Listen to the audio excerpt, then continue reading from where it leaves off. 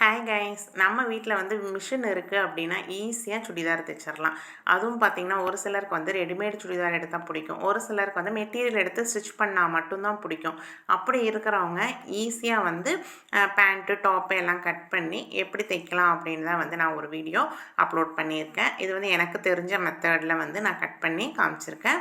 இதோட full video வந்து நான் இந்த வீடியோவுக்கு கீழே வந்து நான் லிங்க் கொடுத்துருக்கேன்.